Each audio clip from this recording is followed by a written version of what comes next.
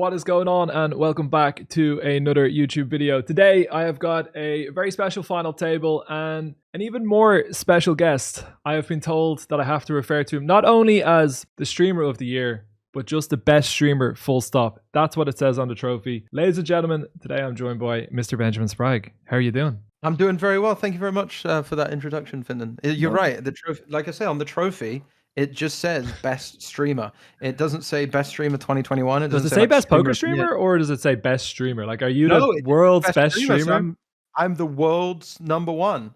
Isn't that crazy that everyone else is worse than me? That's so cool. I'm so happy. All right. So what we're going to do today is we're going to jump through a $25,000 high roller, which is incredibly stacked. Myself and Sprag are going to try our best to call some of the action, give a little bit of a strategic input, but for the most part, just chat shit and enjoy ourselves. I'm ready to go. I'm ready. I see everything. I see our all-star lineup. We actually sat this one out, didn't we? This 25K. We must have. I think I must have been on a holiday or something. I think you were busy preparing for your speech at the streamer of the year. Yeah. I have to say, it was very Oscar-like. I watched the speech. I thought it was fantastic.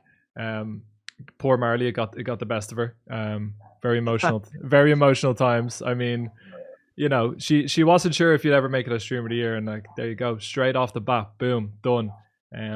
When did you find out, or did you not know? Because here's my thoughts. Maybe this is too much. You can't reveal the secrets behind the scenes. But the moment I saw you looking for a suit, I was like, okay, Spraggy's won, because there's no chance that you would have rocked up there in a suit if you weren't going to be winning. So you can play coy, you can deny it, but there was a little whisper in the ear, is my guess, at some point, and the magic of the awards might be ruined if you were to reveal it, though.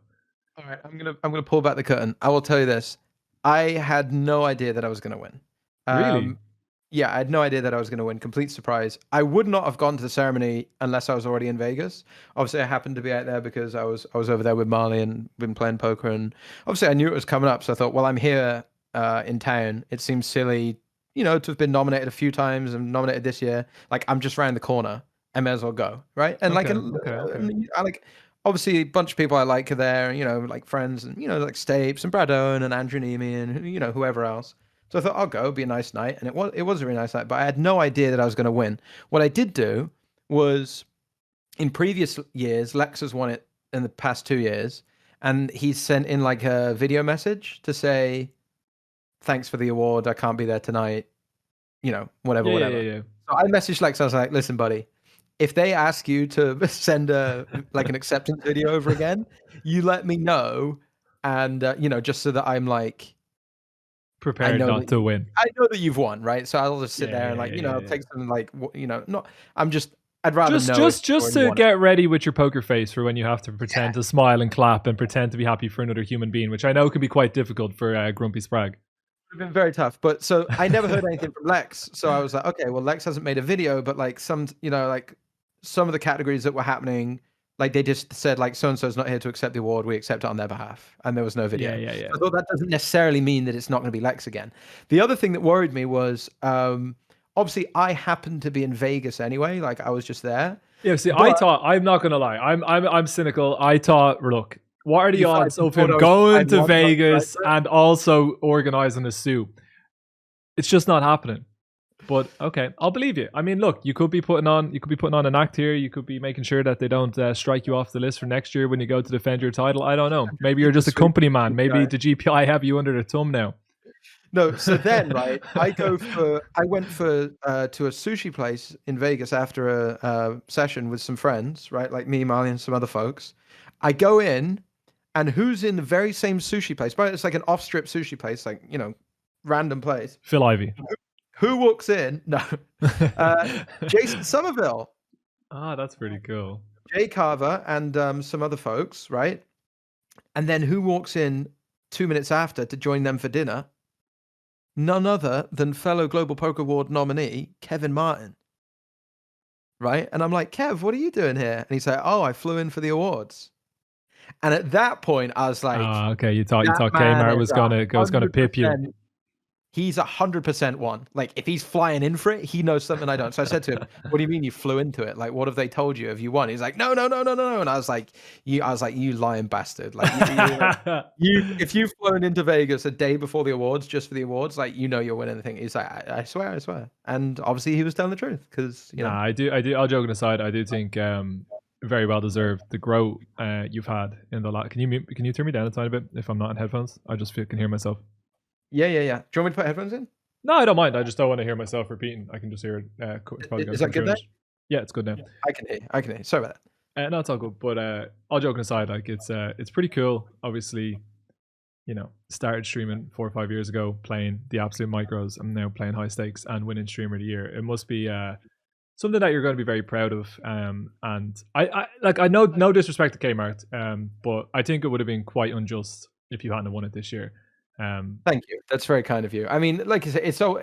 Listen, I actually think, as I think most people do, it's weird to accept an award for streaming poker, right? Especially it's like nice to get when we got into recognition. reasons that we just did it because it was, you know, a fun thing to do at the time, and then it turned into this career that we have. So I don't know. There's a lot of great streamers. Obviously, it's very silly to kind of Don't have an get award ceremony humble for it in the now. first Come place, on, but you it's got it. You don't get humble. I know but I know also, behind the at the scenes same that you're time, very. you're right. I did deserve it. I absolutely deserve it.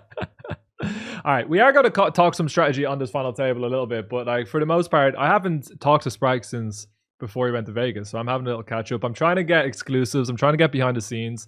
I'm trying to out the GPI, but so far I have failed. No, GPI are clean, and I will say everybody there was really friendly, really nice, and everyone, you know, Eric Denis, who runs it all and all that, was just lovely. I had a really lovely time. Are you? I'm going to look for one more exclusive. Are you Go on ahead. the verge of quitting poker online and becoming a full-time 2.5/510 live pro? That's what I want to know. That's what the people want to know. Every time I go out to Vegas, I always spend way more time there than I'm supposed to because I just love it, love don't you? right? You absolutely I love fucking love it. And oh man, what's funny is like by the end of the trip, I was in that game every day for like many hours every day for like the last. When you say that game, what's that game? Like, what was your bread and butter whilst you were there? Like, what were you playing? It's the 5-10-20 game that runs at the Win. 5-10-20. Come a long way from celebrating winning the 750 PKO and bigging up the Big 11 on a Sunday for 8K that made your career. Come a long way, my friend. It's an uncapped buy-in, right? People buy in for like 50K, 60K. Like one guy there's a dude sat down with chocolate chips, the 25K chips, bought in for like 150K. We do see an all in here for just to call the action a little bit. Padilla opens and the nuts pulls the trigger, and we still have 9 players. Continue. So yeah, it gets really big, and then a lot of the time. What are you buying in for? Sorry to cut across, but I just want to I just have an idea like how deep you're sitting on average. So I'd started coming in for like 3K, but then normally then by the end I would start my session with 5K because it does play 5-10-20, which it's okay to play 3K at the 5-10-20, because you know I think that's not unreasonable, but oftentimes that game very quickly will go. It'll either become 10-20-40, or like probably 3 or 4 nights we were just playing 10-20-40-80. Wow. And then like occasionally there was like 1 round or 2 rounds where we'd be like 10-20-40-80, 160, and there was like a 320 on as well. So you're just playing like super big. It's very I played many pots over, you know, lots of 10K pots, like 5K, you know, 5K pots. Did you have any heater sessions where you just absolutely sunran and like cashed out for a lot? Because I did follow your Twitter, and obviously as always very entertaining on Twitter, but more often than not it did seem like maybe you just didn't want to brag when you had the winning sessions, but it did seem you were poking fun at the losses more so than celebrating the wins. I was getting completely wrecked in like 2.5 when I first went there, because I was just like not playing really that much poker when I first went, and I got absolutely destroyed in tournaments.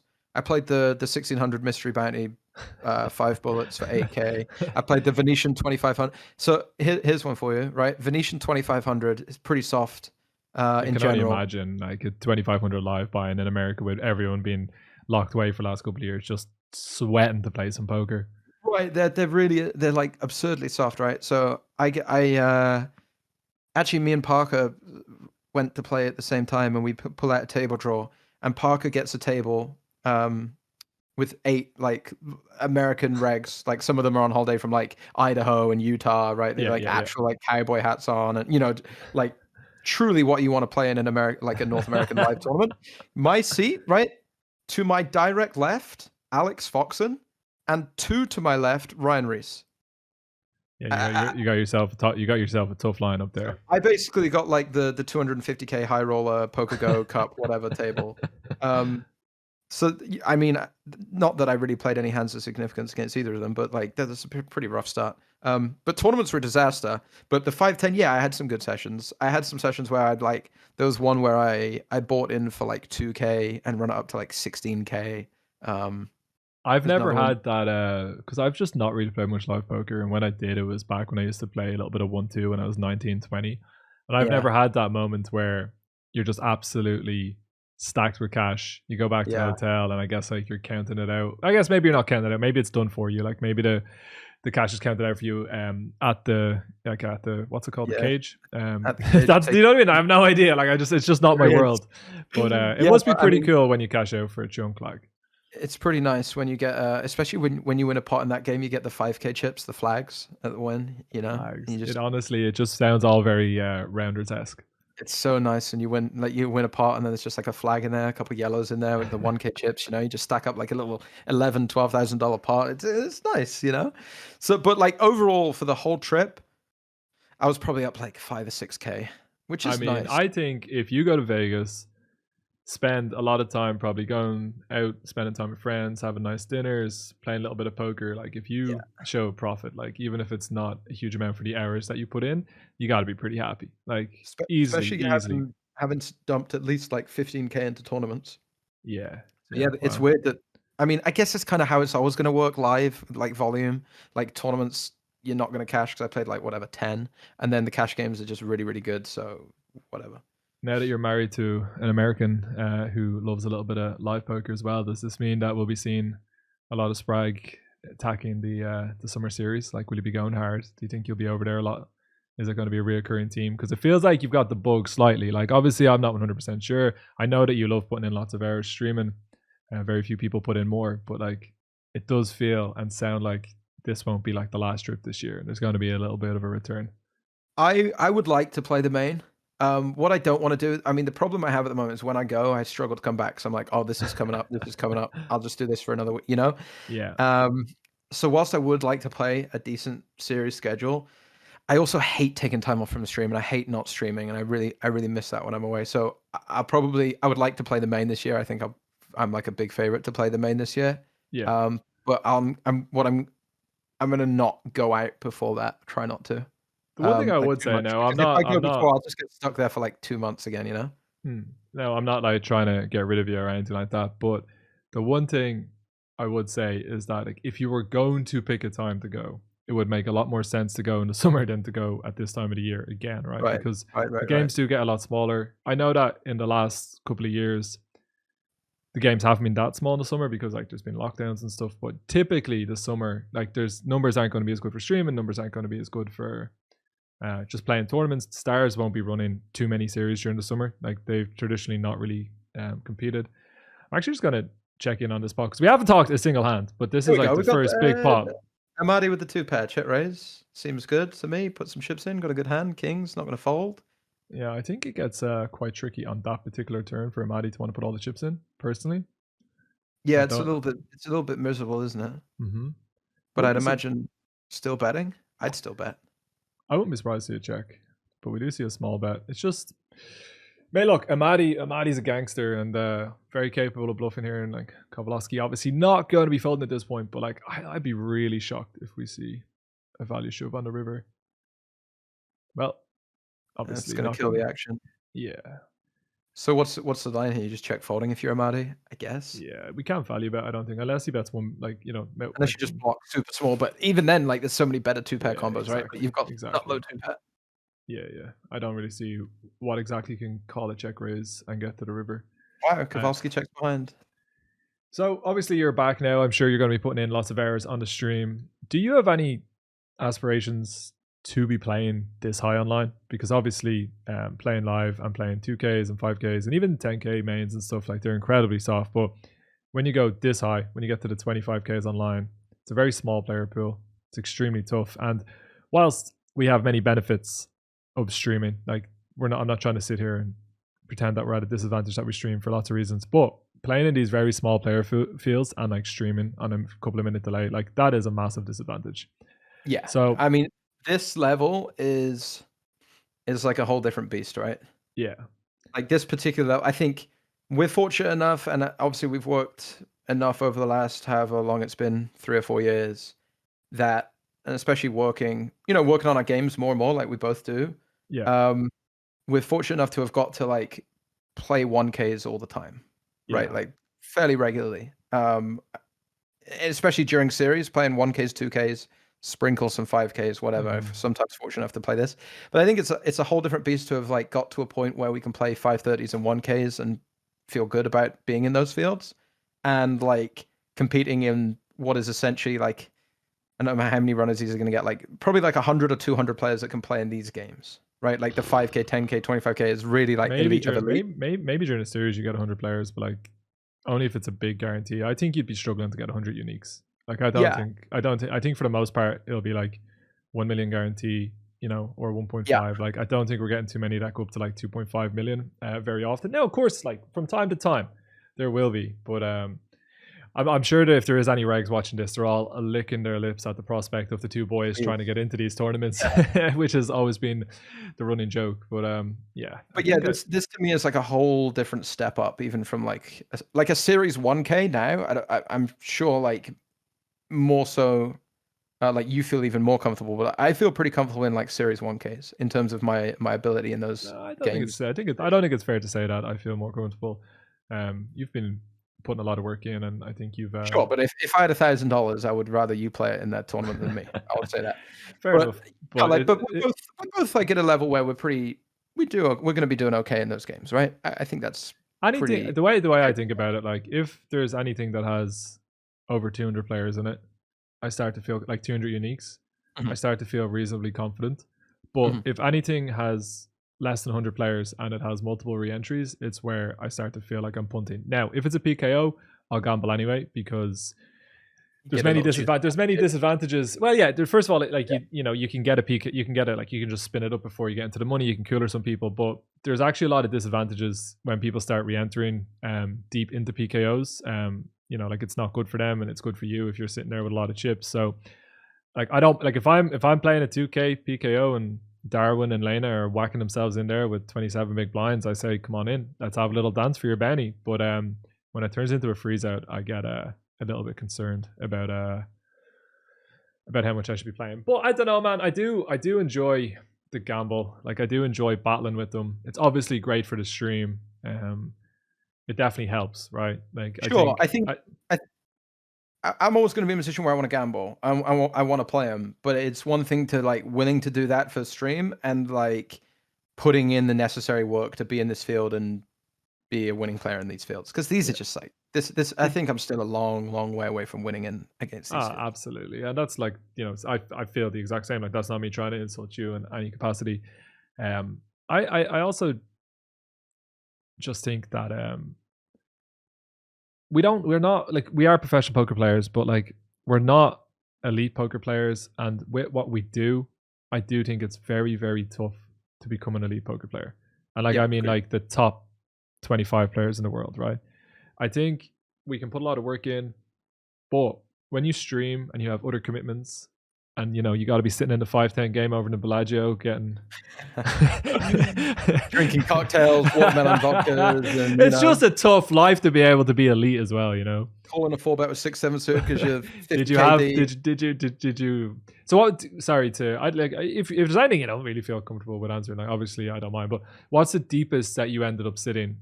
Because obviously if you're playing, say when it was say when it was 10, 20, 40, right? Because obviously if it goes 10, 20, 40, 80, 160, like you're just not gonna have that many big blinds anyway.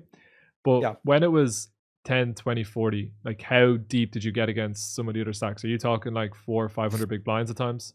So 15. I had a couple times I had a 15k stack, like between I think the highest was 16,000, and I would So be about covered. 400 bigs, yeah. Yeah, so whatever that I that would be don't like. like. It's very usual for that. It mostly runs at 10, 20, 40 Okay. or whatever 5, 10, 20, 40. And is that a 10, 20, 40 mandatory, or are some people skimping? No, we make it so it's like mandatory. Yeah. But Okay. there's sometimes there's people who are like, I'm not going to do it, but then it just comes off and people won't do it. Or sometimes people will do it, but like for the most part, if someone's like out, then it got taken off a lot because like why give action to someone like that? But there's very few people like that. It's a really good game. It's a really really good game. A lot of like fun regs and and it's like I said, I think it's the best game in town just because the uncapped buy-in The and best game in town. it's the best game in Oh town, my buddy. god, you Well, okay, but are 6 months away from leaving us forever. think about it like this, right? We got a pot here, which Yeah, this presumably could get very very Amadi interesting. I launch think it in. Amadi clicks it. I don't think we see an all in. Little 1.2, Yeah, something along those lines. and then just The only I would always click here, but the only thing I could see, oh my god, Spraggy is a genius. You think he's washed up because he's played some live poker? You just called one of the best players in the world Sizens. best game in town, buddy. 25 games down the street. Did you run into any of the OGs? Did you run into any of the high stakes poker boys, the poker after dark? I didn't play with anybody like known This is name. I don't interesting. think. Yeah, the peel here from I'm the I Nuts. personally think that I'm the Nuts probably has to make a decision pre-flop. Now I could be wrong. I could be wrong, but when you are playing final tables in these very ICM sensitive situations, and if you look at the stacks, there is you Justin, KZH, and Padilla who are comfortably shorter before this hand started. Obviously, they look a lot closer now. You're very disincentivized to peel 3 bets. I have not done a lot of study to see what happens when you get to the cold 4 bets and after you 3 bet. Like I'm not 100% sure, but I just can't imagine too many situations where you want to peel. I could be wrong, but I wouldn't be shocked if that you have to decide pre-flop. It feels wrong, like you say, with a very ICM intense situation. Check back from Amadi at the river, is it? I don't know because I thought he did not. Should I don't think I'm the Nuts can ever check a queen here, personally. Like I could be wrong. Tens. Yeah, maybe pocket tens a little bit more of the time, unblocking. This is like exactly the sort of situation you want to avoid, right? Because we just don't want to be bluff. We just don't want to be bluff catching, 3.6 million in the middle, and you have to bluff catch to realize. Yeah, which who wants to do that? I'm not really sure what way Amadi would construct a 4-bet bluffing range for that size. I just don't know. I'm not going to sit here and pretend I do, but I just don't think Jacks is going to perform too well against it. And maybe they use Ace Jack in particular, so blocking an Ace Jack, Ace Queen. I don't know. I'm just guessing. Preference there, right? Yeah. Or something like a Ace 5, but I think they might slide into an all in. But man, I don't know. When I look at ICM stuff, they do some gangster 4-bet shoving in spots, and I've never done it in my life. I see these sims, and it's like, oh, we have to 100% 4-bet shove here with Ace 5, and I'm like, yeah, I've done that once. And then aces, and I never did it again. Myself, I'm not sure about this sizing. Like Jack 8 tray, whilst there is a bit of connectivity, at this stack depth and with the extra leverage. Just bollocks on the turn now or what? I don't know, man. I'm not sure. I know I would in game. I'd be like, fuck, see you later. Or just check back and make a straight versus Kowalski's top 2, who's going to check call it all off, I would imagine. Yeah, gonna be very tough to fold river, but it's what? Interesting. I was gonna say what does I'm the Nuts want to shove, but I don't know if I like this, because essentially what you do is you stop them ever bluffing you, and they're not gonna, in my opinion, change the hands they call versus 800k versus all in. I think it's going to be quite inelastic. Now, obviously, that's not true, right? The pot odds are going to change, and Kowalski is going to know that and stuff. But I think in practice, when you bet 800k versus 1.4 on that river, it's not going to change drastically. If you bet half pot, you open up the opportunity for you're not giving enough room to reopen the betting, but you're just missing out. You just kind of freeze them. 400k or whatever. But I could be wrong. It's just my instinct on it. It's easy, Justin. with a hand that is just going to be folded. Like I might true bet fold it, but I think also folding's going to be fine. Would not go all in with ace 10 there against spades. They're not too incentivized to be opening too wide here. They're one of the most kind of caged players, right? Yeah, 30 BBs yeah. with the 48, the 50. Yeah. Especially 50 blinds or whatever they start. Kowalski started the hand with on the button. It's pretty It's just unappetizing like, to raise. yeah, 100%. And like they're opening to Z Justin, they're opening Padilla, and they're opening to Undernuts, who all have like, you know, kind of rejamming stacks. Yeah. Kowalski makes the nuts. I would bet here if I was Kowalski. I honestly can agree with that one. That is one right. Like we might not know every decision, but when we're watching and we see someone with the nuts on the river, even in the 25k, we can call that hand. Are you planning on obviously I'm guessing that you're not going to EPT Prague, considering that it's starting in the next couple of days, or is that on the agenda because you're a live pro and obviously stars are starting to bring back all of the live stuff? Are you going to be tempted by some of it? I really want to. I would really, man, if I could like click my fingers and just roll into Prague and then roll back home to stream, I absolutely would. Do you mean if you could teleport and do it on the daily? So like if you bust early, you get home straight away, or do you just mean because you don't want to do the traveling? Or do you mean day to day? You want to be go back, come back, go back, go back? Yeah, I can't really afford to take, or I don't want to take any more time off stream. Obviously, I was away for like 6 weeks in Vegas, which is more than I had intended in the first place. And I think it's a little bit rough to come back and then just immediately leave again for another couple of weeks. I want to get some streaming hours in. I want to get back to the grind. I want to start putting out content again. So I think it's going to be a skip. What are you going? No, I'm obviously H is getting very pregnant at this point, so I don't particularly want to disappear for long periods. I did suggest that would be the case. Marley was asking, I think, actually, if you were going to go. And I was like, which, by the way, is incredible news. Yeah, it's getting there, man. It's really Daddy Finty. I personally believe that when I raid you or anytime you give me a shout out, I think I've got the best shout out in the business from Spragg, and it's 100% gonna have to be added in. I prefer if it wasn't Daddy Fintan. I just don't know how that's going to be received. And here's my big daddy rating me. We'll find a way to integrate as we do with any. I know. It's incredible. Honestly, you're a top class broadcaster, but I do think that your ability to give shout outs might be the best skill you have. Man, my favorite was when you had when you rented the office in Dublin, and I had the DOG, the Dublin office grinder, the big DOG, the big Dublin office grinder. That was such a lovely addition, and then stripped away from I ruined it for you. I can always be the former DOG, right? The former DOG, something like that. Yeah, the former Dublin office grinder. Was that just a hellacious experience, by the way? It was the absolute worst couple of weeks of my life. So basically, it wasn't right. So like, you think office, and like, I'm sure lots of your friends work in offices. I'm sure you might have family members. Just before we start this conversation, right?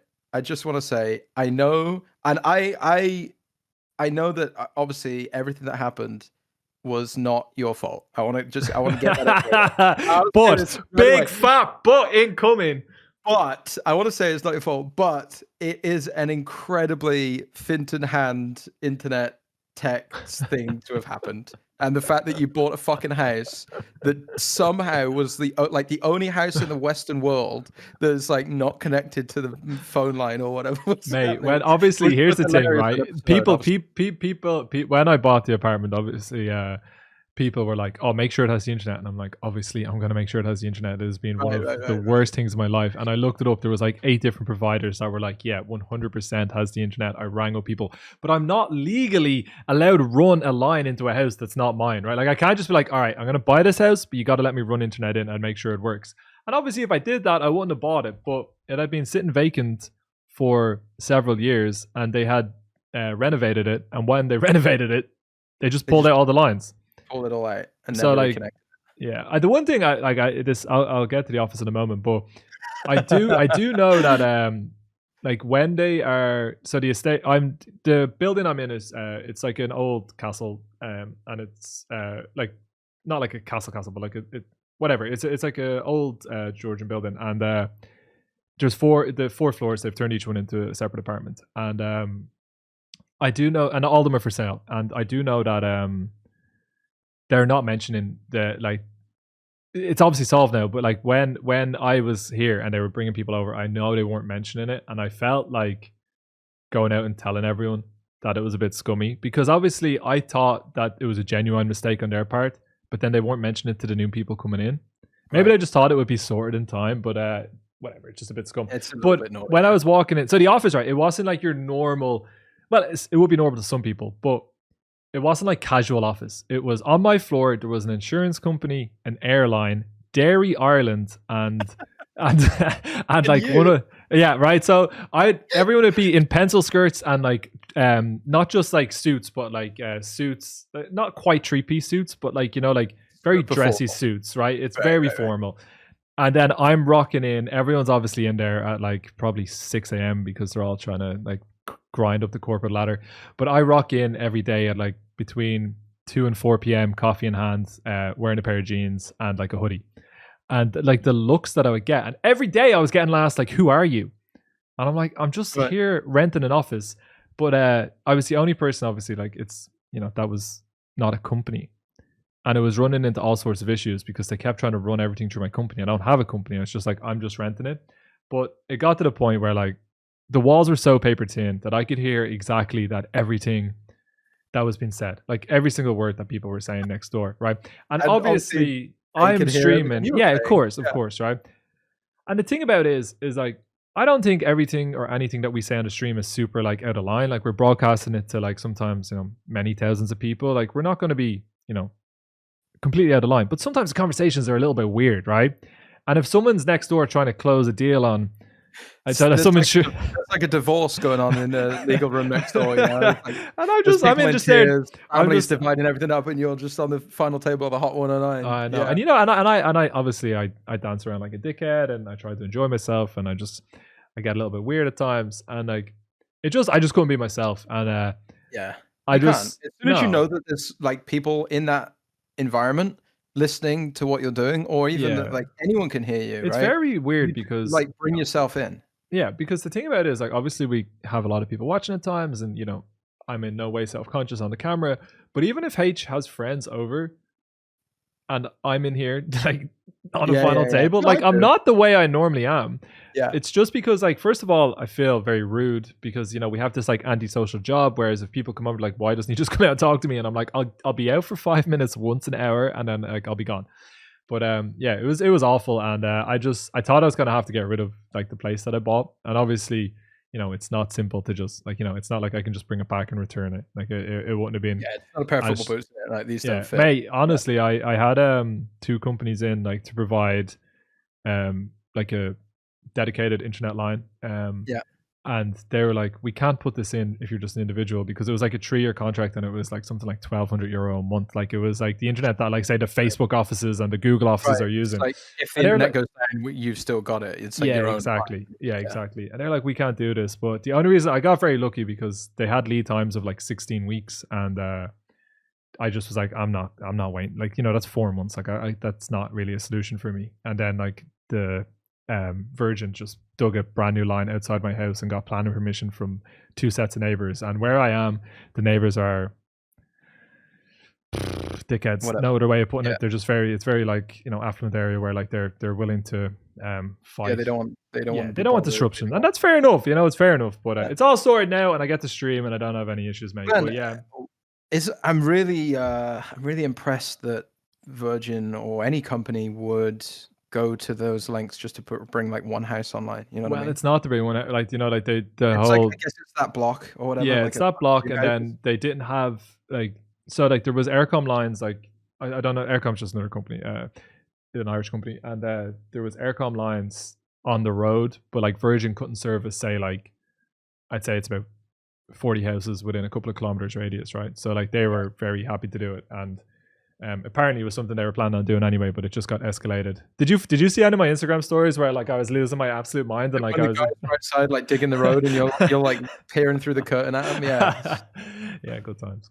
But anyway, we're all solved now, and I will never move again. Like pain in the ass, isn't it? No, I will be moving. I will have to move like in the relatively near future because like I bought a 2-bedroom place. I know Age is pregnant. But what I mean is that like I'll never move again without having like the internet Right. set up, right? Like I won't Yeah. sell this until it's all sorted. This is interesting. Don't like it, but I'd have just slammed the river because I'm got a full ice. if I was talking, I've had a few people doing these final tables. I've had Ponditty and Bowie and Giraffe, and like they were saying that they do some of this like 30% imposition on the river, but I don't really know. I don't really know how to execute it, so I just steer clear of it. I'll tell you one thing I've discovered doing these final tables, Sprag. ICM is very tough, and I'm very bad at it. Yeah, I'm very bad.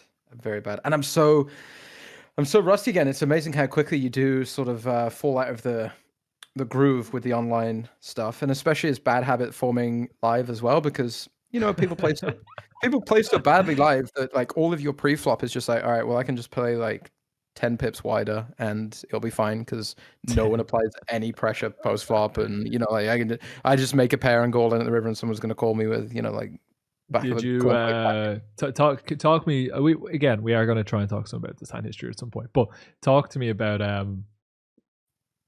the biggest hero call you made. Like I don't know what it was, but I just know for a fact that there was something silly you did, and you were probably right.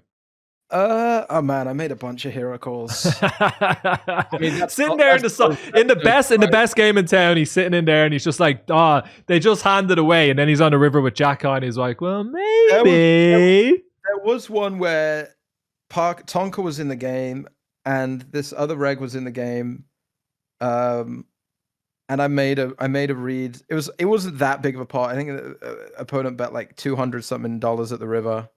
I had 3 deuce of diamonds that I had defended in the big blind.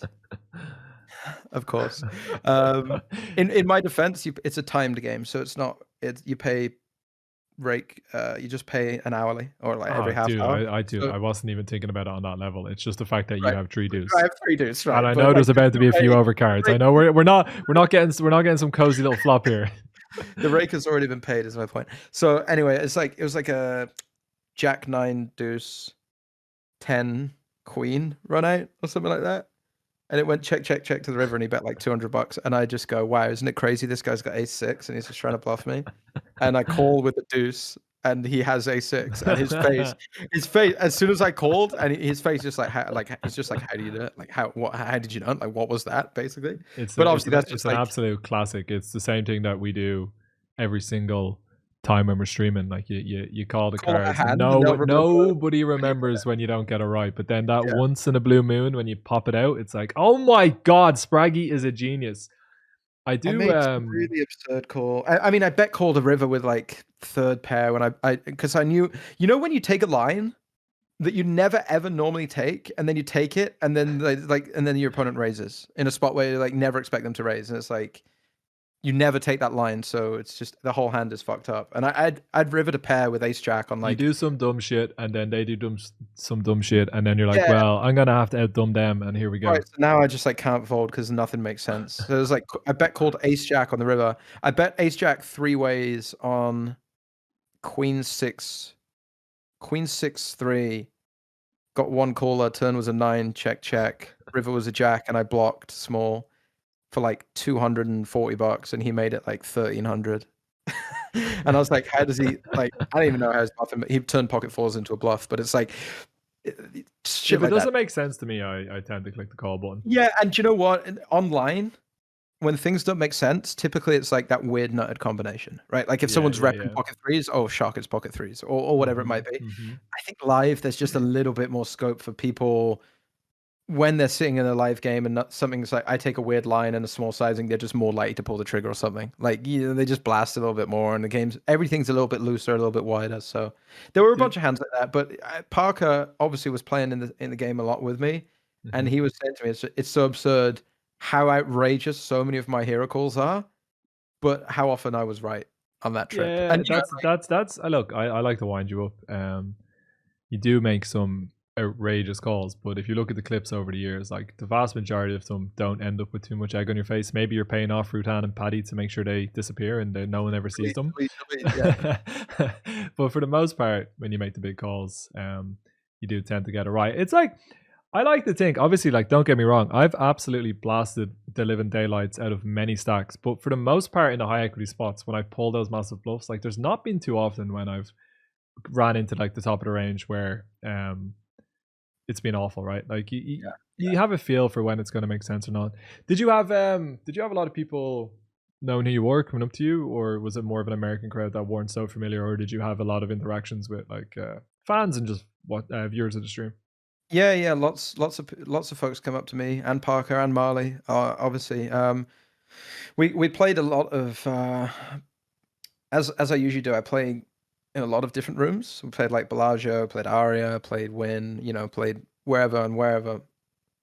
And there was pretty much people in every room who knew who we were and came over, and really everyone's really nice. That must be pretty cool, though. It's really nice. I mean, and same thing in the summer when I was there for a couple of months, and like dealers, a bunch of people who would deal to us would know who I was, and whether it's the worst. It's really nice when a poker dealer recognizes you and says, "Oh, I watch your stream" or whatever. That's really sweet. The worst is when you're playing in the pits, like go play roulette, and the guy knows you, because then it's like, "Oh shit, you didn't see me here." Right? I would play like blackjack, and the guy's like, "Spraggy, what are you doing here?" I'm like, "Oh, you didn't see me."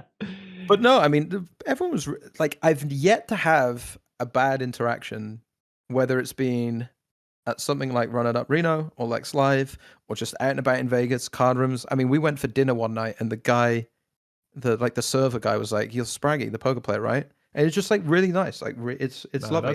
That's how I feel about it as well. Like, I actually haven't met anyone who's like, you have that fear, right? If like you gave away your address, or if you told people where you were, that there's just going to be some weird people coming up. But the vast majority of people that watch our streams are actually just reasonable human beings. Like, the chat is usually a reflection of the way you treat them, right? And I think for the most part, we keep everything pretty civil, pretty chill, and like it just like cultivates like a nice environment where most people who stick around and watch us for a bit are actually sound. I actually a few days ago, I think we're going to see Padilla all in. We're going to see the snap. It is going to be ace five. The magic hand. I know you say it's the tens, but it's the ace five. You can do whatever you want, but unfortunately, Padilla runs into the ace king.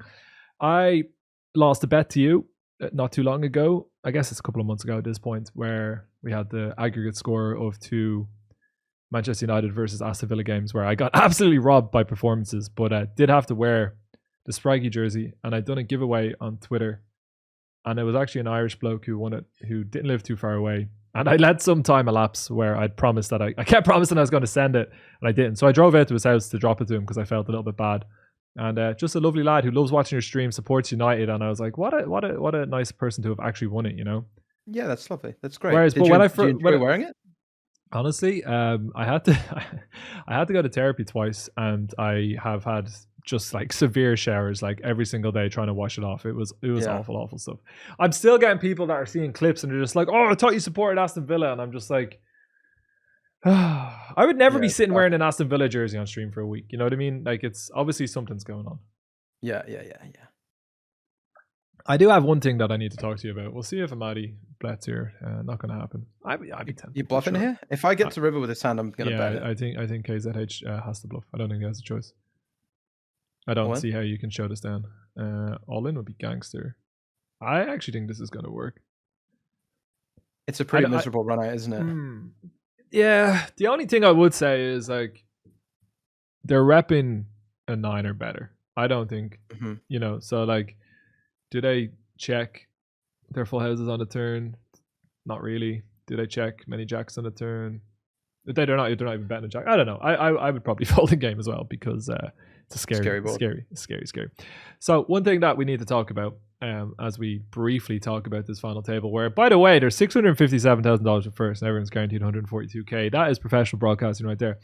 What has happened with your love for American football? I remember once upon a time where myself and you used to stream. You would laugh at the prospect of spending any time watching American football.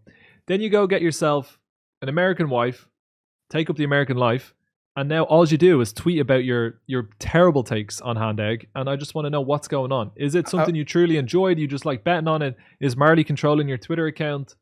Like, is it just trying to assimilate into the culture? I'm trying to make friends. Marley's got a lot of American friends. I've made friends with a lot of American folks, so I'm trying to, share in and enjoy American culture a little bit.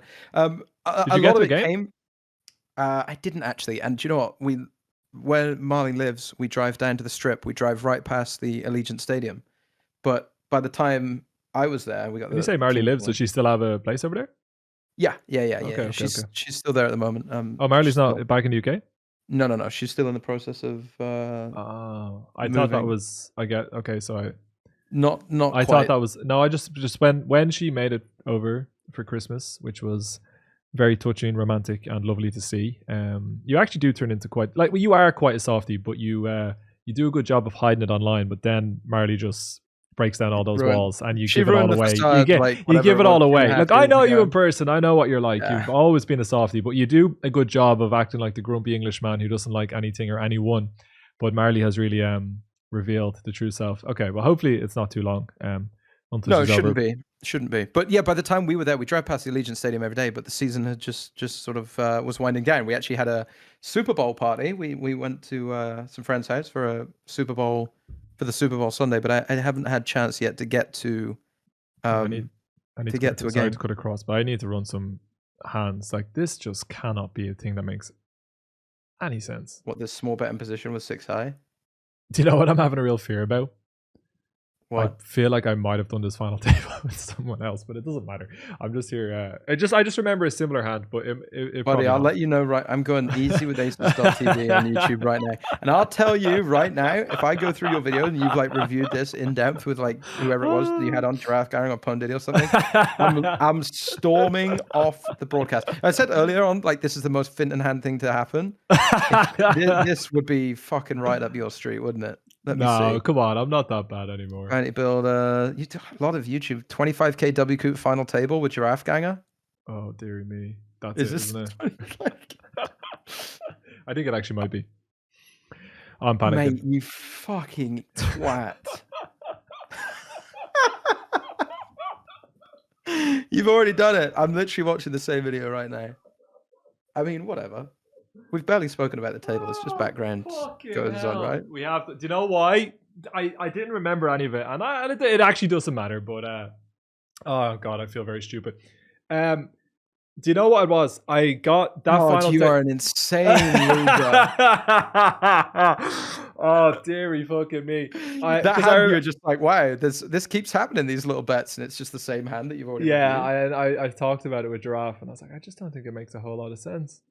The thing I would say, right, in my defense, which no one's going to accept, and people are probably never ever going to watch this video, so at least we got on for a nice chat. I got sent a bunch of final tables with this lovely little graphic, and as you can see from the one with Giraffe, that was prior to it, right? So I didn't realize. Yeah, I mean that's okay.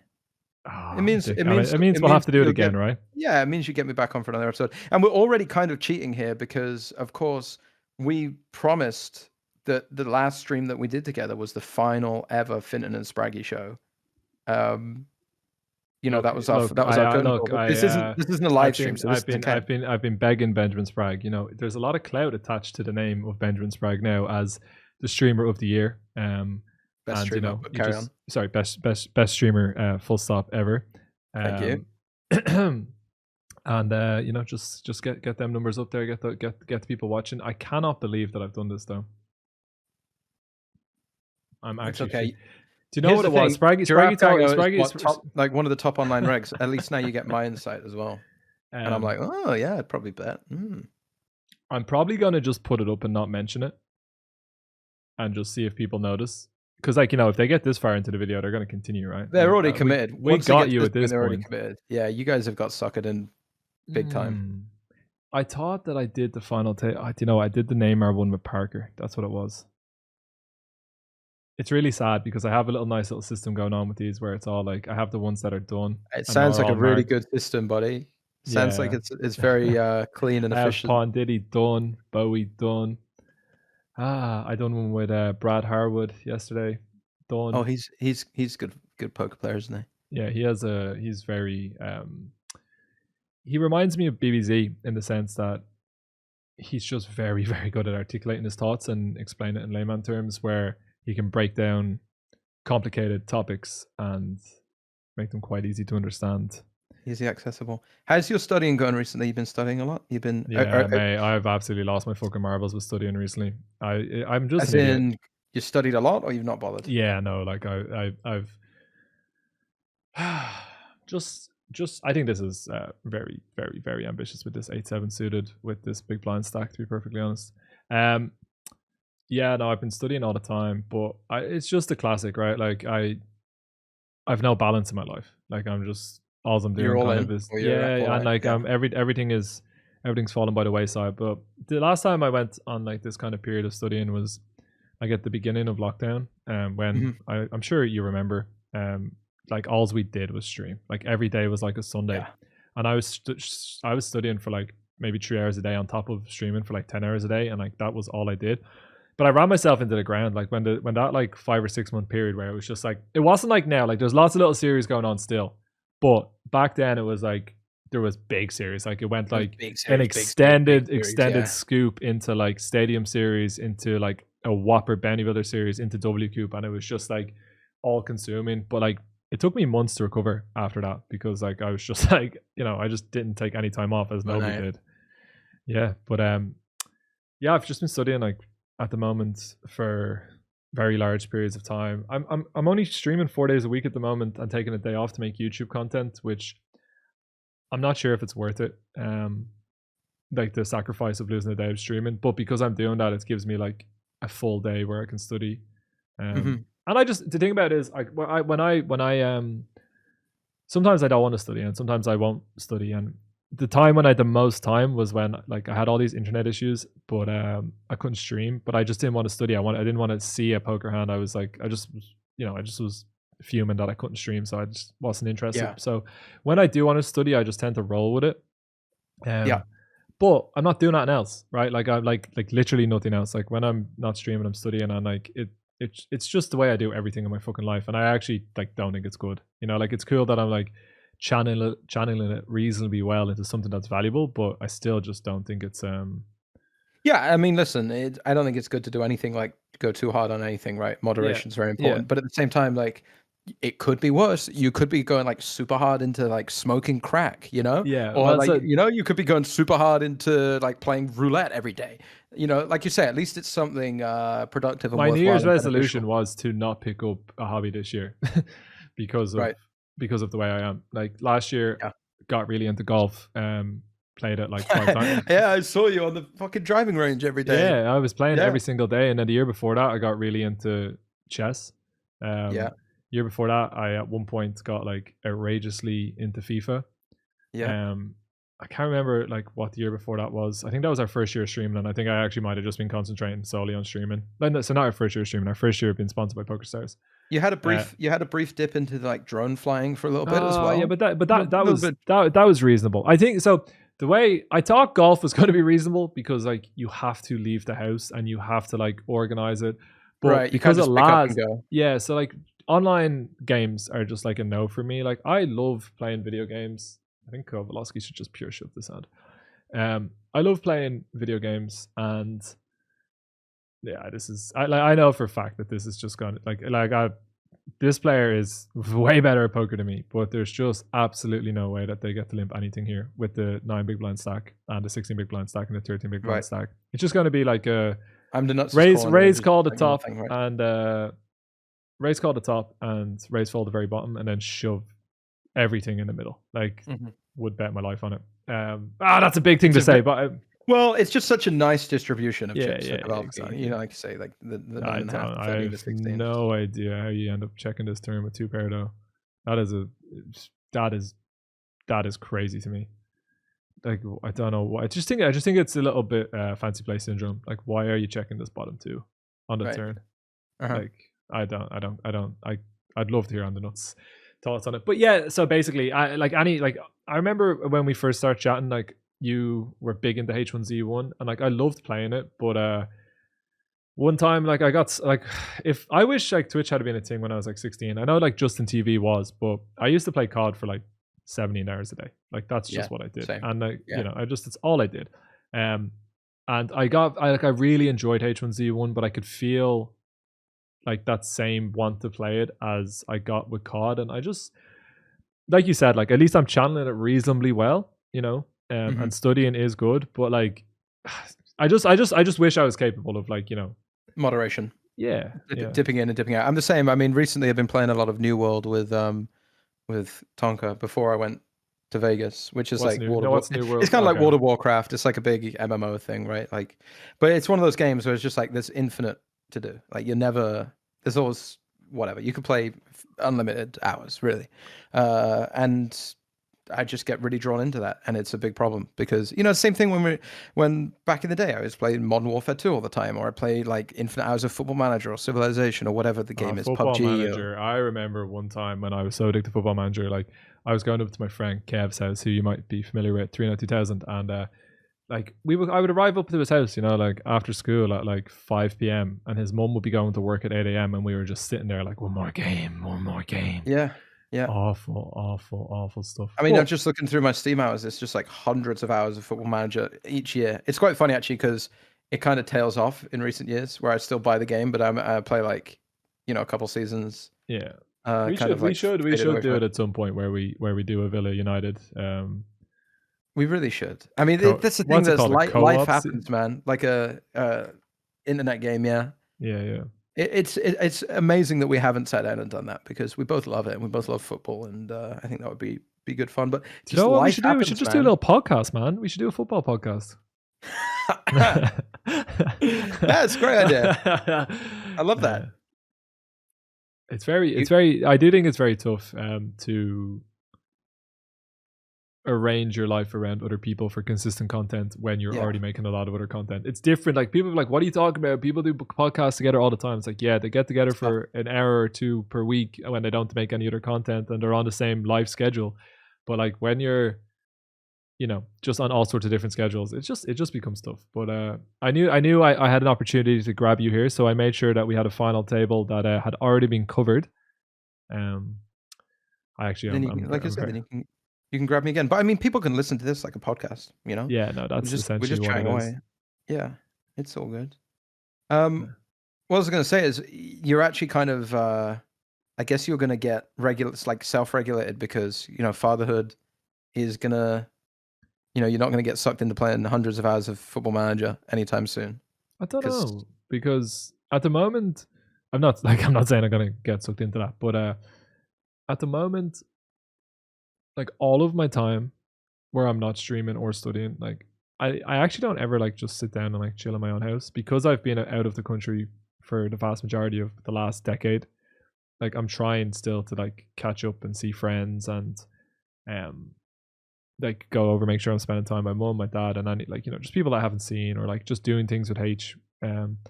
So like the kids gonna, I think, stick me to the house more, right? Like I think like I'll have more downtime in the house, and like it's all good, but like you've got to look after the kid, but like there's only so much you can do for a kid when they're like a newborn.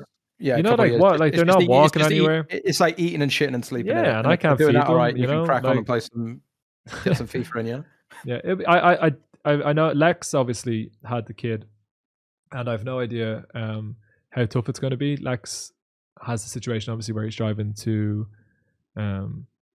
Belgium and streaming from there because of the situation in the Netherlands, but like I just don't know how tough it's going to be for me to stream the same schedule I do, because Lex is, as we see, the all-in Crazy Lizzie versus Amadi, and Amadi runs good. Get him. Lex streams in the early morning schedule, right?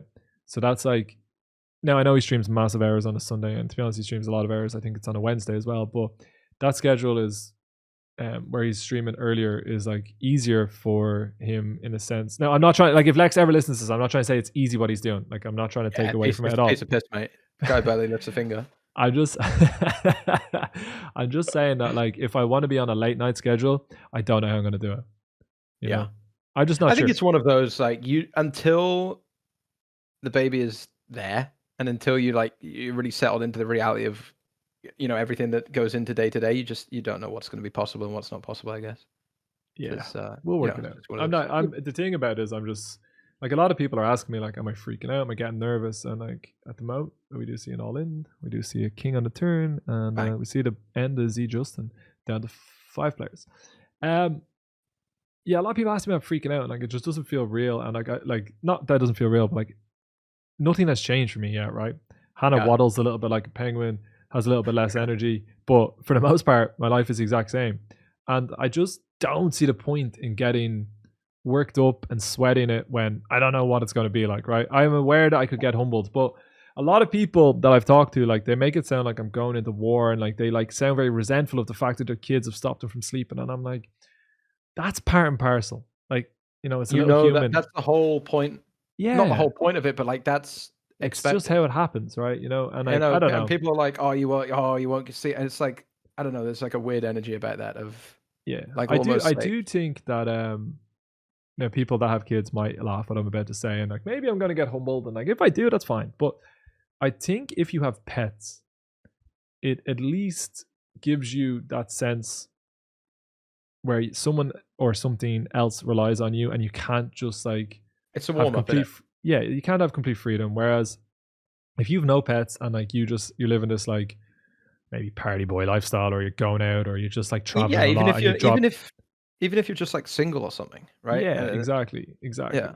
And like I'm just used to having like to organize someone to look after Arlo or Rafi, or to be there for them like regularly, and like not just being able to fuck off and not being able to do whatever I want. And to be honest, like I know like a lot of people are like just getting used to working from home and stuff, but we've been doing it for years, and like it's just like I'm happy not doing a huge amount of like leaving the house. Like I'm not like Mhm. gonna feel like I'm missing out on things and resenting the kid. Like, and I'm not saying it's gonna last forever, but I think it's gonna be grand, man. That's how I feel about it. I But wholeheartedly agree, and I think you and H are going to be excellent parents. Of course, I mean, appreciate it. how can you The not be? the one thing that like I don't mind saying to H is that like the initial part, right? And like some people might be like, they might hear me say this, they're like, like that's just like a dickhead way to think about it. But like the initial part of it, like when H will be doing the feeding, like there might be times when she has to like put the grind in, so to speak, harder than I do, right? Like, and like Yeah. if I have to like go back to bed and get a nap before I stream, like we're doing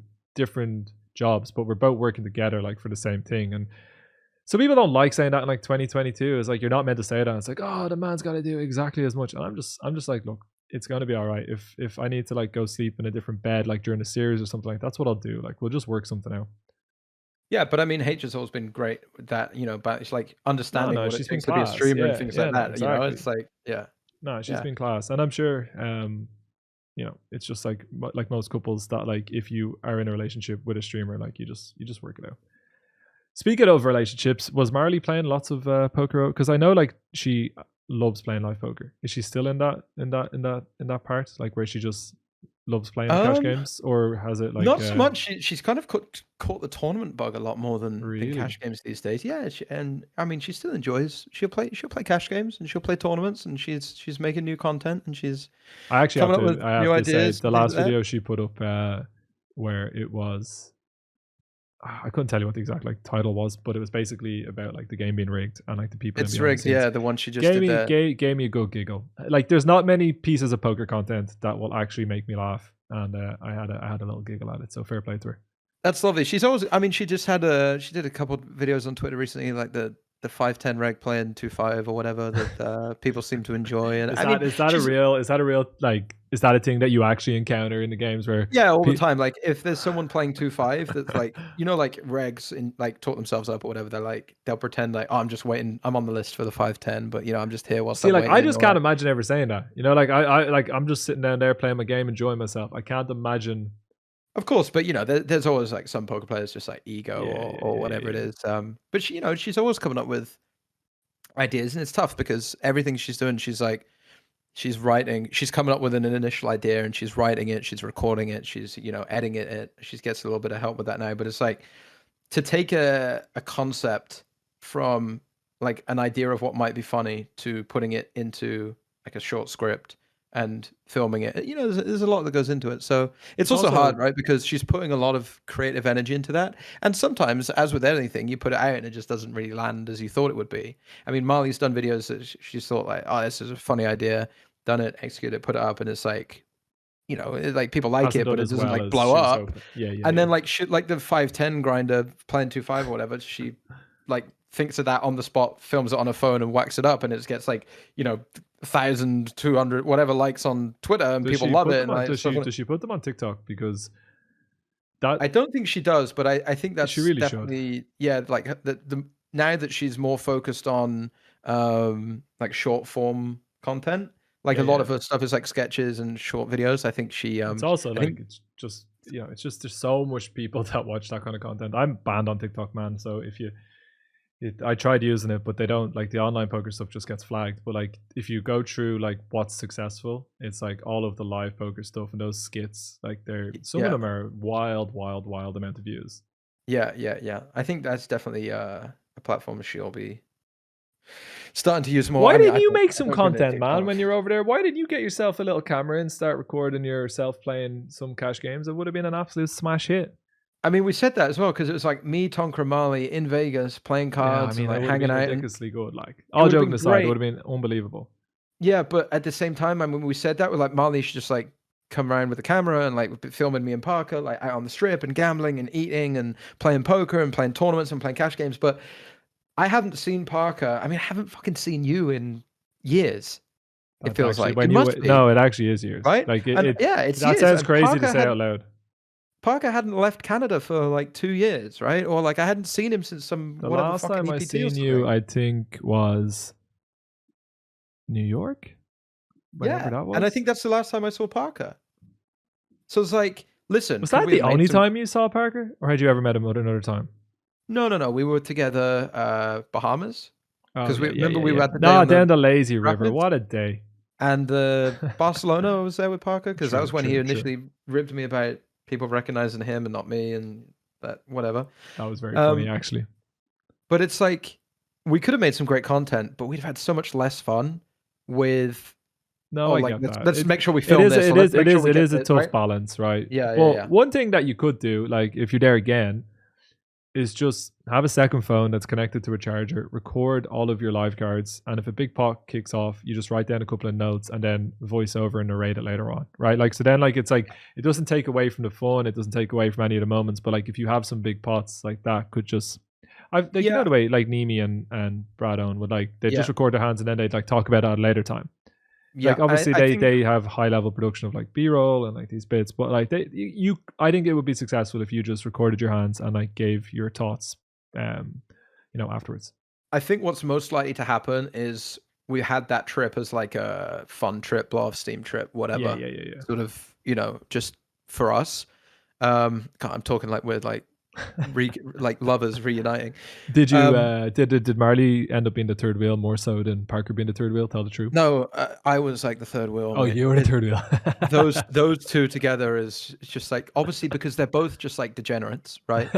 So like they're like constantly like want to gamble, want to like they get on like a house on fire, and obviously they have like a mutual target in me, so they're both just like mocking me all the time because like, it is very funny watching you with Marley, because I think like you're definitely one of the more quick-witted people I know. You can give like fairly rough insults to people at times, but all in like good fun. But Marley puts you down in a way that I've never seen. I don't know if it's because like you don't want to give it back, but like you cower and you're just like put in your place so quickly by Marley, and it's great to see, to be honest. I love it.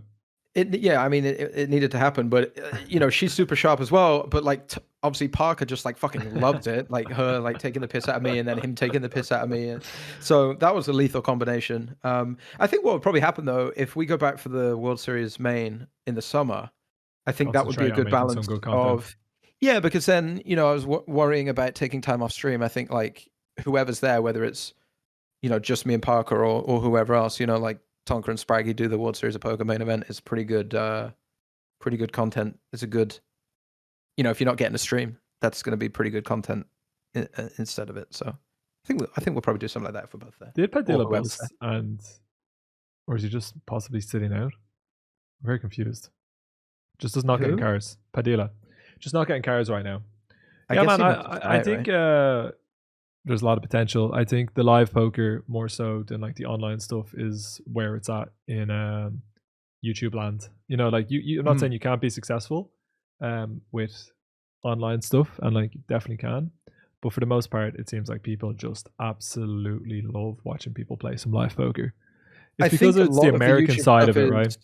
Yeah, and I think it's like vicarious living in that it's a lot less accessible for most people to be like in Vegas and playing at a casino. Yeah. And that like lifestyle element of it is a lot more interesting for a YouTube audience. Whereas like the long form nature of online poker lends itself better to Twitch. But yeah, I mean, there's so many live poker channels that are just massive, massive, massive, massive. Did you spend much time with? I know that I've seen you tweeting, so I assume you've seen him at least a few times. But like Bradon and Nimi, were those two people that you would have been hanging around with a lot? Brad and I spent a little bit of time together. Andrew, I saw at the Poker Awards. Brad and I last time over the summer, Brad and I mean, we sat in a bar playing blackjack on the bar till like 9 in the morning or something. I love both of those guys. I didn't know you had this gamble in you. I didn't know that it was something that would appeal to you to just be sitting there. It never used to, but I just, I mean, I'm not like, I still gamble to a level that's very responsible within what I play poker wise. But I enjoy it, and that's the thing is like I only do it when I'm in Vegas. It's, I just doing it to treat myself, and I enjoy it, and I'm getting better at losing. But I still just don't like losing in a game. Like I could lose, like I go on a 30K downswing online poker or whatever, because I know I'm quote unquote winning. It doesn't bother me as much. But when I know it's like when you lose and you're like, well, I'm supposed to lose. I shouldn't have played roulette because I'm just being a dickhead. It does feel a little bit worse. But again, I'm betting an amount that if I lose, it's just it's entertainment expense, right? And I think obviously that's just the best way to do it. I nearly went to. Because Brad and Andrew have the place in Texas now. I seems to be some absolutely massive games, and it seems to be booming. Yeah, everyone I speak to is like, you need to go to Texas. Like the game, like Texas poker is really, really fun and exciting at the moment. So I think probably we'll end up going there at some point with Brad and Andrew and hanging out and having a good time and playing some cash games or tournaments or whatever they've got running. So that'll be a good time. That'll be fun. You definitely need to record it, man. I know that. Yeah, I will. Like I said, I think live poker content, I think good chance it would do really well. Absolutely. Sure. So are you presumably you've no plans to play live soon, I guess. Obviously, like you said, traveling is going to be a little bit more difficult. I know that like with the return of more and more live stuff from PokerStars, like there will be, requests to go to it. But I've never been the biggest fan of live poker. And I did enjoy like when I was there, right? So like I said, I'm not the biggest fan of live poker. Like I do enjoy it when I'm there. Malta was awful because like traveling anywhere from Malta was a nightmare. Like it was just like 2 flights. No matter where I was going, it was 2 flights. Like if I'm lucky. Dublin's a lot more accessible for a lot of places. Like if there's something in the UK, it's like a 40-minute flight. Like that's fine. I can go over and come straight back over. But I don't see myself going to any live poker in America. Like I don't see that happening. Like just full stop.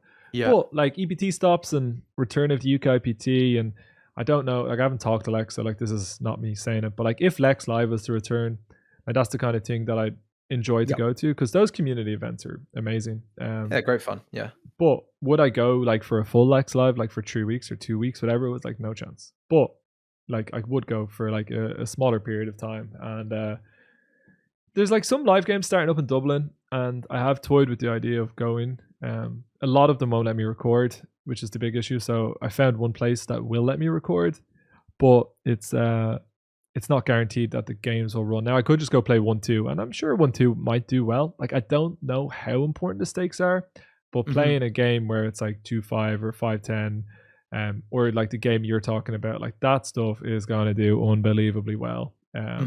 People just like seeing higher stakes, and like I'm not saying you can't be successful with it, but it's like, look at your streaming journey. Look at like the streaming journeys that we've had. Like as you start to play higher, you get more exposure, and people love it. That's just how it is. But it also has to be interesting for you, right? As well. Like that's true. That's why like I've decided to start making more content like this, where I actually just go over high stakes final tables with guests and do them alone. Because if it's gonna be something I stick to and like have any form of longevity, like you need to enjoy making it. And like these I love doing. I feel very like I know like you'll give me even more stick when we get off this call. I do feel pretty fucking stupid that that it's a final table that I've already done. But it's not about the final tables, right? It's nice to have, and particularly like when I have someone like yourself, or if I have Parker, or if Lex comes on and does it, or anyone I know personally well, it's always going to be more about chatting shit and like the final tables background noise. Whereas some of the other guys that play in these games, I'm basically just getting them on so I can get free coaching. Basically, what you're saying is when you've got a good poker player on, you want to focus on the poker, and when you've got a clown on, you want to clown around. Nah, it's actually not that, because obviously, like, not dropping you into this bracket quite clearly, but Parker's still Right. So yeah, completely incapable of reasonable discussion. I'm only joking, but yeah. So we'll see, man. Again, I just have to see. Like Hannah's, I'm gonna have a kid in a couple of months, and then I just don't know what the crack's gonna be. Yeah, that's what I'm saying. Until you're there, you don't know. Yeah. Did you get a chance to see the nephews and niece since you've been home? I haven't really actually. I mean, I only landed yesterday. Okay. I got back yesterday, but that's another thing I miss. Like, traveling all the time. I haven't really had a chance to spend time with family, and like Gloucester City. I've been missing a bunch of games. And yeah, hold on. What's going on here? When did you turn into a home and away, or are you just a home fan? I seen you at a lot of Gloucester games, and like I don't know when this happened, but it seems I've always gone to Gloucester City. Really? The only reason, yeah. The only reason I didn't, for probably like the streaming years where we were streaming together or whatever, is because I was playing or managing Tetbury. So there was a hiatus there because my Saturdays got taken up with playing football or managing football eventually, until I resigned. Have you brought Mrs. Spraggy to the game? Marley did go to the game. Marley went to a game. She went to, who did we play? She went to a very exciting 0-0 draw, Gloucester City versus, I can't remember who it was. That must be a lot for an American to accept, like when there's a 0-0 draw after going to a football game. Well, yeah, but at the same time, I took her to a Tetbury Town game once, and we went 2-0 down within about 15 minutes, and I'm on the sideline like losing my mind, and she's like, "Oh, don't worry, baby. At least it's still 0-0." So she completely, I guess, didn't get the fact that there had been 2 goals. So I don't know even if she even. I think in her head every game is just 0-0, because that's like Americans think that that's all that happens in football, is just like it's a draw and nobody scores. Which at Gloucester City this year is actually true. The one thing relegated? No, because only one. Because the way it worked after COVID, and there's some like leagues didn't finish or whatever. The way it's working this year is only one team is getting relegated. Only one team going down. So I think we're safe. You're gonna survive by the skin of your teeth. Yeah. Do you know the most hilarious thing is Gloucester City? I've been going to games since I was 3 or 4 years old. I went with my granddad and my dad and my brother. And every year, pretty much, we've been shit. We've been pretty shit. We played in the. Have you always been in this league, or have you been up and down like yo-yo? Or no, we've been in the Southern Premier Division, and then we got relegated out of that into like the Western Division, which is like 2 below conference. Now we're in what is restructured National League North, which is 1 below the National League, which is 1 below League 2, League 1, Championship, Premier League. So we're 6th tier. You think I could get a game? No, you could, buddy. You ran the line for Tetbury. You won't be getting a game anytime soon in the National League North. But last season, we were top of the league. Dreaming. The big time. We were top of the league to get promoted into the National League for the first time in our history, right? And with about 20-something games played, obviously COVID hit, and the National League, the main National League, played to a conclusion, but the National League North and South were cancelled. The whole season was just like null and voided, and it's how are you so bad now this year then? And then and so it's like the 1 year we were top of the league and going for promotion, they cancel the league, and then this year we're 19th out of 22, and it's just all fallen apart. It's like the most Gloucester City thing to ever happen in the history of Gloucester City things. Do you have any aspirations to get yourself managing Gloucester City? Or are your management days behind you? I think, given my record at Tetbury Town, I'm not sure my CV is going to look too hot to move into. We're a professional club now, Gloucester City. It's a full-time club. I'm not sure they'd have me. We do see, but I mean that would be a dream to be involved in some way. Could you I don't like. Excuse me if I'm being a little bit ignorant here, but like, because I understand that like the 6th highest tier, there is going to be some money involved, but like, could it get to the point where like you could potentially buy the club, or is that? I mean, you get yourself. I'd have to win a few Sunday millions. I mean, it's not like. I'm just saying, like, if you keep playing the best game in town, like, I'm just saying, right? You keep playing the best game in town. I've always A maintained lot of errors in Footy Manager. that owning a club that I have such a strong emotional attachment to. Let's say, for example, because we've had ownership in the past where I've been like angry at owners and like feel like they've like driven the club into the ground. You know, we've had times where there's like 200 or 300 supporters there, right? I mean, now our average home attendance is over 1,000 people. Like, it's a reasonably well supported, you know, non-league club. But the idea that I would take over in some capacity and then somehow fuck things up, you know, like just through like mistakes that choices I made and like drove the club into the ground, like I wouldn't be able to live with myself, you know. So I don't think I want the responsibility of potentially ruining something that I love so much. Hold on.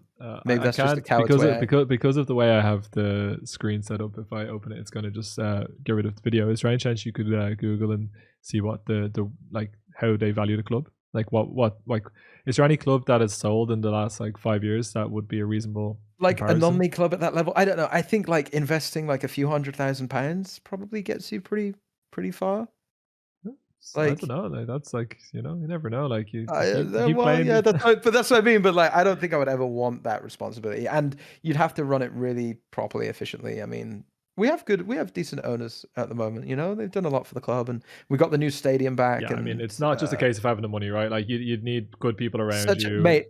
Here's the thing: when I was trying to manage Tetbury Town, like I would like occasionally like not get a team together in time or like a referee. You know what I mean? And that's like Stride Division Well, 7. I mean, I was hungover as they come, and I arrived into Tetbury, and you're like, you're reffing the game. And I was like, what do you mean? What do you mean I'm reffing the game? I just got here. You're reffing the game today, buddy. But that's the shit that happens at that level. Like when you're in Stride Division 7, sometimes they're just like, how far off is the Tetbury first team away from competing against Gloucester City? I think Tetbury first team are like 11th tier. Not impossible. The Tetbury second team when I was there were like 15th tier. In Gloucester City, yeah, but like that's huge leaps between there. Is like, I know, it's not just like the same one leap. It's so big, you know. Yeah. So look, I'm only kind of toying around, but I don't know. It could be cool. Listen, you get a little consortium going together, like myself, you. We'll get Parker involved. We'll have Parker going full Ted Lasso on the sideline. I think to talk about making content. We just turn it into a YouTube channel, and the next thing you know, it's the most like successful. What they have on Amazon Prime or whatever, like Man City. Yeah. All or nothing. And all or nothing, yeah. Tetbury Town, all or nothing, and it's this trio management team. Oh, good crack. I'd love. So what are we doing? Is Padilla it's down to 4 players now. Padilla, look, by the looks of it, Padilla busted Nate, and it's just like just an issue with the graphics. Oh yeah, that's it. That's how much we've paid attention. But every player is now guaranteed $300,000 and playing for $657,000. Well, good luck to them, I say. Bloody good luck to them. All in with the nines. Love that. So obviously, next massive series for us is going to be WCOOP. Going to be playing a lot of it. Are you gonna? Because you asked me how I've been getting on with how much I've been studying. Have you had any time to do any sort of study whilst away, or I'm guessing not? I mean, I've had time for it. I've had plenty of time for it. Have I spent my time instead gambling and playing the best game in town? Yes, I did. Yesterday, I attended the. Well, here's a great thing. I was called upon to take part in the BBC Poker Boot Camp, right? Yes. As you were, so to like host a session, and battled Odin against the bot, and I went over some stuff with Jordan. He jumped in on the session with me, and we had like a good hour. But the good thing is, in being asked to participate as a presenter, I got free access to the BBC Poker Boot Camp. So I was just sat in all the sessions yesterday with Ape Styles and Lucky Fish, and just like taking in the free content. 10 p.m. tonight, buddy. If you want to get the best content all week, your boy Fint will be in there. You're in there. Another one. I'm doing another one tomorrow as well. Yeah. But no, I haven't had much time, and now that I'm back, I definitely need to get back to it, because I played a session this morning. Didn't stream today because we have a stream showdown later on. I played a little poker cash games. I did, because I was like, you just missing it. You're just looking for the best game in town. I played like a 1-2-6 How high did you game? Okay. And then I sat the 255 and just immediately filled, and I was like, like this. So I just wait, like not like non-zoom. Yeah, regular table. And it just had like a waiting list, like just like fired in. No, I mean, I sat there for a little bit, and then a couple people joined, and then it filled up, and I didn't feel comfortable, so I dipped. But the 1-2 I did okay, and I won a couple buy-ins in the 1-2. Do But I definitely, you it's have any, amazing how rusty I feel so quickly, you know? do you have any desires to be able to play cash games online? Because obviously, like, Nah, no, just nah. no. Okay. I think for me, a lot of the cash game stuff and study stuff that I've looked at, you got to play pretty snug in a lot of spots. I definitely play way looser than I'm supposed to whenever I play like Zoom or anything like that. I think for me, like the fun of live cash is that you can get away with playing a bunch of hands and being a little bit splashy because, especially if you're playing in soft games. I just playing like static 100 PB online as well doesn't like isn't that much fun to me anymore. And live as well, like you're playing however many hundreds of big blinds deep, and you can get really interesting. But like static 100 big blind online cash games don't really. You are going to you're going to be that guy. Whenever you're done streaming, you're just going to be playing for years and years and years. You're just going to be in Vegas telling all the stories about the time when you used to play online. It's going to be great. I look forward to it. Man, it's definitely not something I'd be feel bad Against. about. Yeah, I really, really enjoy it, mate. I really, really enjoy it. I don't know what it is, but I could just. I mean, I played like some really long sessions. I just sit there and I love every minute. It's pretty cool. Have you got an American football team that you're supporting, or are you just a fan of the game? Well, here's the thing. It started, as you said earlier, like it started getting into the NFL just because I was kind of betting on it on the Sunday. Um, and then I actually started to really like enjoy it. I had some Mhm. really good sweats and fun sweats. And then I kind of started to, because we always kind of joked around and mocked it. It was just like start, stop, and nothing ever happens and whatever. But when you really sit down and get involved in it, I can definitely see why it's like an exciting game, right? So the problem I have is I have a real issue with trying to pick a team to support because I've never done that. I've never had to do that, right? I've just like grew Yeah, up as a yeah. Gloucester City fan, grew up as a United fan, and just have like immense emotional connection to both of those teams. Mm-hmm. The idea of being like, okay, I'm suddenly now going to pretend to care about whoever Is there a is team that's local? Did you not say to where Marley lives? Would that be a kind of well, the Raiders, previously the Oakland Raiders, just moved to Las Vegas, and this was their first season, the Las Vegas Raiders. But there's just something about them that I just like. I can't take to them. I can't like every time I like sweat their results or something. I don't care. And then Is there Marley's anyone that you've watched that you've cared? Is there anyone that's you felt it? Because like when my granddad, it was a little bit different. Like he moved to a particular city, right? He moved to Birmingham, in the yeah, UK, and like he went to see a West Brom game, felt nothing. Went to see a Birmingham game, felt nothing. Went to see a Villa game, loved it. So, is there any team that you've watched and like you feel drawn to at all? Is there any like connections, players, anything? Like, or are you just kind of no. basically be picking a random team? Because you can't Well, just pick a random team. There needs to be a feeling of it, or there else needs to what's be a the connection, point? right? So that was the original one. Was like Las Vegas Raiders, like Vegas, like Marley lives there. Like we drive past the stadium all the time. It makes kind of sense, but I couldn't take them. Then Marley's has family in Tampa. So like they bought me some like Buccaneers gear and like Tampa Mm-hmm. Bay, and Tom Brady was there. But it's like they're owned by the Glazers, which is like that's kind of Yeah, like yeah, yeah, a yeah, tough yeah. sell as well. So I was Are like, they a good football team? Because obviously, like, they won the Super Bowl the year before, the season before this with Tom Brady. Um, so I don't think they were like typically successful, but since Brady went there and Gronk or whatever, they obviously just won the Super Bowl. So I don't know. That just didn't feel right. And then Marley's originally from New England, so it's like New England Patriots as well. But I don't know. that's the I glory hunting team, is it? Is that the team that just won everything? yeah, that's like yeah, they just typically like really successful. That's a little bit of a glory hunt team. How many But I teams don't. is there? Because like you're kind of crossing off a lot of options here. There's a fair amount more. I mean, the Cincinnati Bengals had they seemed like they had like an underdog run to the Super Bowl this year, which was kind of cool. I don't. It's like I don't know, but at the moment, I'm just enjoying it for enjoying watching good sport. Okay. And obviously sweating some bets. Are you But I doing? don't think I'm I ever see. going to be I able to see like Max adopt a Silver team. tweeting and taking a mick a little bit with some of your picks. Are you doing okay with the bets? Like, Do we I need went to on a stage an very intervention or anything like that? strong. We I okay? went on a really strong run where There's been a everything. It very was sort of team. like There's been a team of a lot of gambling going on here, and I just want to make sure we don't need an intervention. We're all good. Yeah, we're doing okay. I'm all good. I'm winning in NFL and I'm betting really small. But Yeah, I'm there for You're the just a sweat. punter. You're just enjoying yourself. That's pretty cool. So what kind of run did you go on? Talk to me. We're talking like just winning every single week, or just winning like big? Is it parlays? Is that what they call them? Is that what accumulator? Is the parlay? Parlays is the accumulators, yeah. So me and Parker have Do you understand the decimal system now? No, when it's like no decimals I'm fine with, but I'm still not quite there with like minus 300 and like plus 270. You know? I guess I kind of am, but like I actually feel decimals are easiest for me because that's what I use on Betfair or whatever on the exchange there. But sometimes like old school like fractional odds, like fractions is where what you don't think fractions is fractions is what it's what I mean fine when it's like 3-1, but then it's like sometimes it's like fucking 17-5 or whatever, and I'm just like dude, it's just a little bit more than 3-1.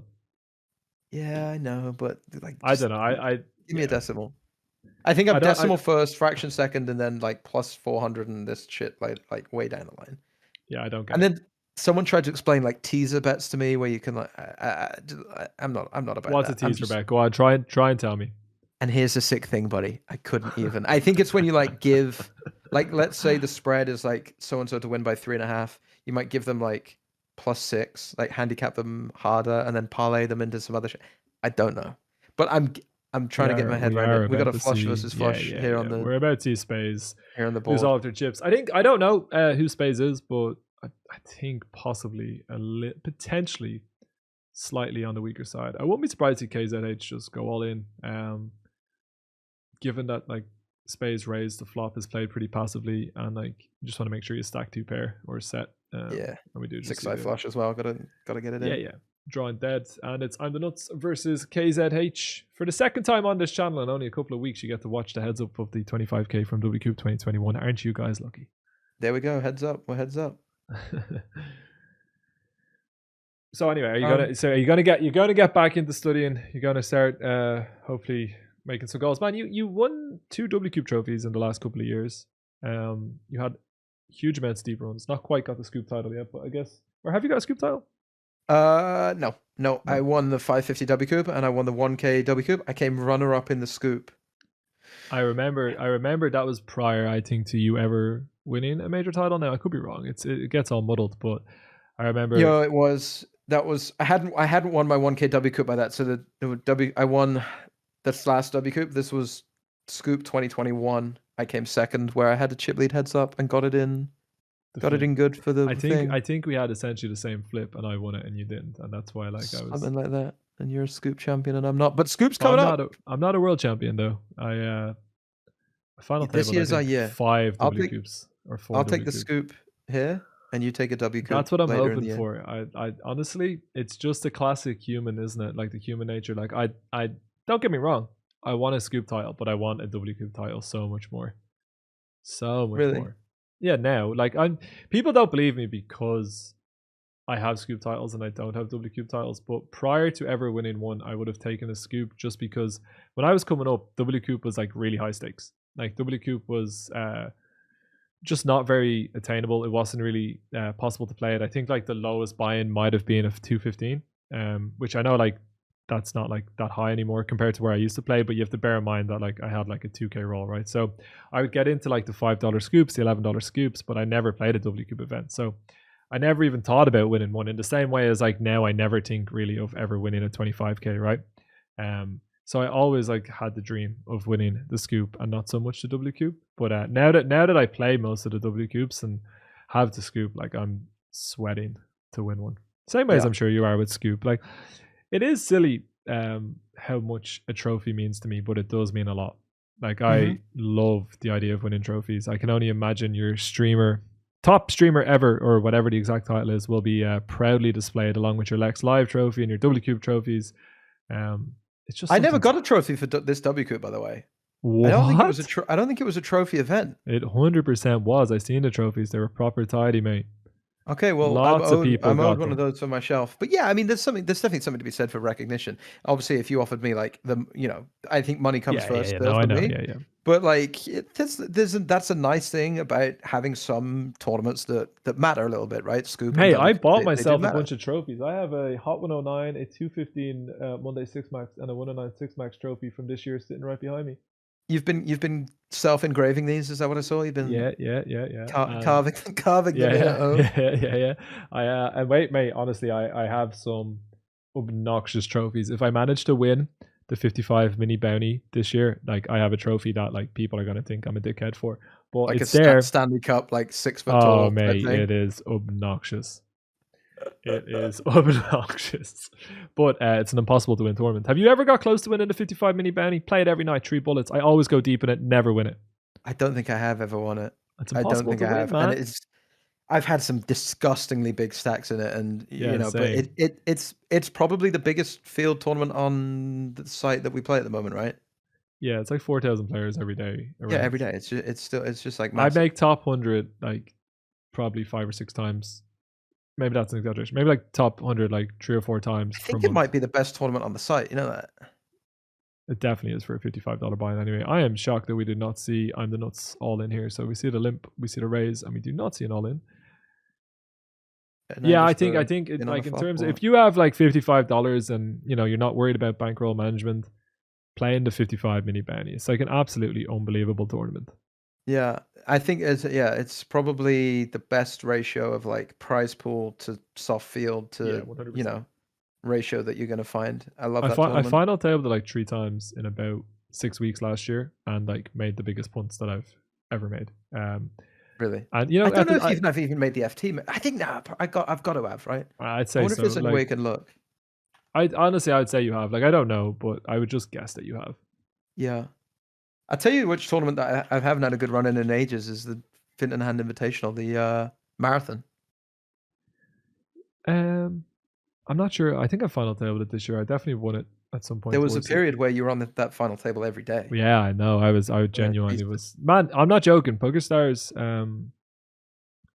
gave me permission to have that tournament changed to the Finty Invitational. I just had to send them a little proposal as to why they should do it, and I never sent it. Balled it. Yeah, it's just a classic, isn't it? Just send one email and we'll name this tournament after you. Yeah. No problem. No problem. I'll get around to it. Never happened. And then like I didn't win it because I won it on a Sunday for like 18 or 19K, and then won it like 2 or 3 other times in like a couple of month period. And like then some time passed and it's like we can't really do it anymore. Yeah. Because like it's like you haven't won it in ages. Yeah. We used to have the Fintan and Spraggy Invitational. Remember those days? At the 11, actual Fintan and Spraggy Invitational. $11 on a Monday, wasn't it? For the Yeah, stream. I think that hopefully in the coming months and years, I think it would be nice to have like tournaments that are dedicated to streamers. I think they're very nice for the community. I don't know if it'll happen. I know there's like a whole like ecosystem that you can't be messing with and just like throwing in tournaments to suit us, but I think it's great, and I don't know. It's Well, we great. just did the Pies Mixed Game Series, right? And then GJ Reggie had You had it. Did you not have a series over Christmas? GJ The series? Spraggy New Year or something? Was that not a series? Spraggy New Year was. Nah, what did I do for Spraggy New Year? Man, it's so long ago. That's like 2 months ago now. So much has happened. I was doing challenges and things like that. Okay. I have a Yeah. little series coming up. I don't know if I'm allowed to announce that, but it's coming up in the next couple of months. Oh, you do you? Got a little series coming up. Well, Man, see, it's so fucked. Lex Live, GJ Series, Pies, Mixed Games, Fintons, whatever. This is going to be just never. And then me is like dress up as an elf and dance on stream. That's what I did for Spraggy New Year. Here's You guys the thing, though, toilets buddy. They probably be willing to do a little live series with you now, but maybe they don't know if it's, they don't know if the online poker's for you as much. You can't do Spraggy Live. You can do Lex Live because like Lex is very personable. Spraggy Live is just like me being miserable, meeting people, telling people. I think you could have a very, very successful live tournament in the UK at this point. I think there's a booming live poker circuit in the UK, and as like most well-known UK poker player, I would say at this point, you could be very successful with it. Like, well, UK IPT is backing it. Yeah, but you can't claim the UK IPT like. Spraggy KIPT. They're gonna call it, I think. UK and Ireland. Spraggy's UK and Ireland Poker Tour is going to be called, I think.